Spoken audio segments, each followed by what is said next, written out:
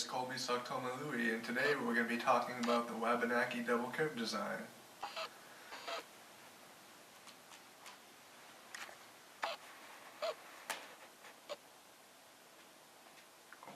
So the Double Curve Design is associated with the four tribes in Maine. You have the Penobscot, Passamaquoddy, Micmac, and Maliseet. Together they're called the Wabanaki. How each of the tribes form, create, and describe the symbol is going to vary, with each tribe having a specific basic form or structure to the design. Although each of the four tribes have their own unique way of designing and implementing the double curve design, each of the tribes, no matter the design, will always have it on the type of regalia that they have. So the very basic form, something that looks like that. And the more complicated or fancy the design is, typically has significance with the person who had made it. So you have a more complicated or fancier design that is embroidered for the trim of any outfit. And so this is a traditional regalia, headdress that we would have. It's important because each of the curves that you see here on the double curve design represents each of the four tribes that are in Maine. And the diamond shape is to make reference for the sacred fire that we would have during the ceremonies. Again, this is important because when this was used as a form of communication between tribes, it was used mainly as a symbol of solidarity.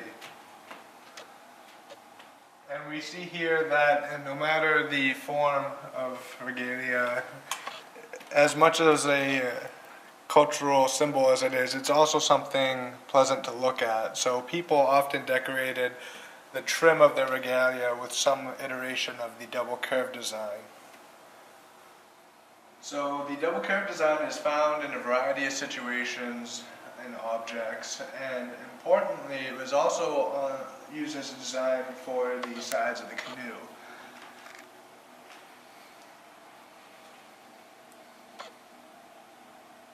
Again, each canoe maker would have their own unique design, essentially a fingerprint saying that this work is their own, and their double curve design would be illustrative of that. What we see here is just a double curve design to give tribute to the symbol being seen in nature.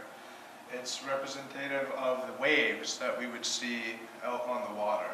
And again, we see here that the maker of this paddle chose to decorate his oar with a double curve design.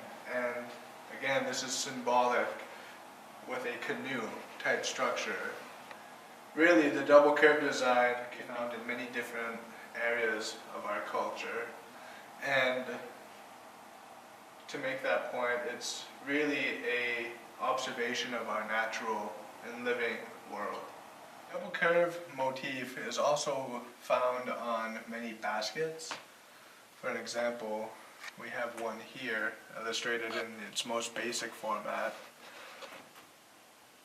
And again, we see that there is a sacred fire design with the four tribes being represented there.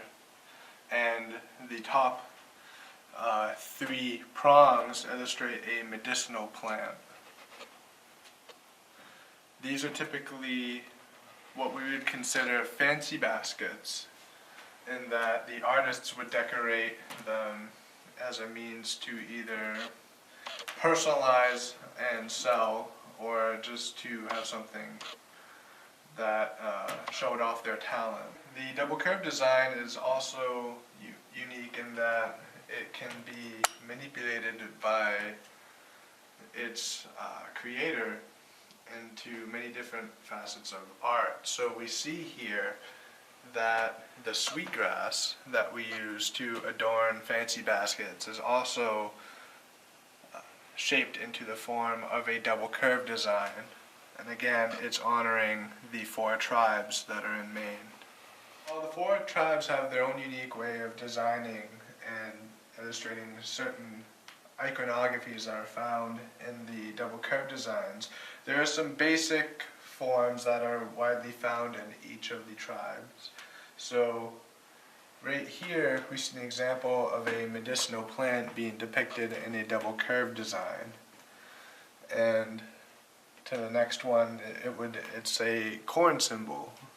So that would be used for if we were in the planting season to illustrate that. And again, where we have the cross patch work here, that symbolizes more of a sacred use for the double curve design. It's been said that the pattern that we see there is meant to depict the spirit world that our culture believed in. And as such, you would find things like that on either ceremonial regalia or artistry that is used for essentially a blessing or a nod to the Creator.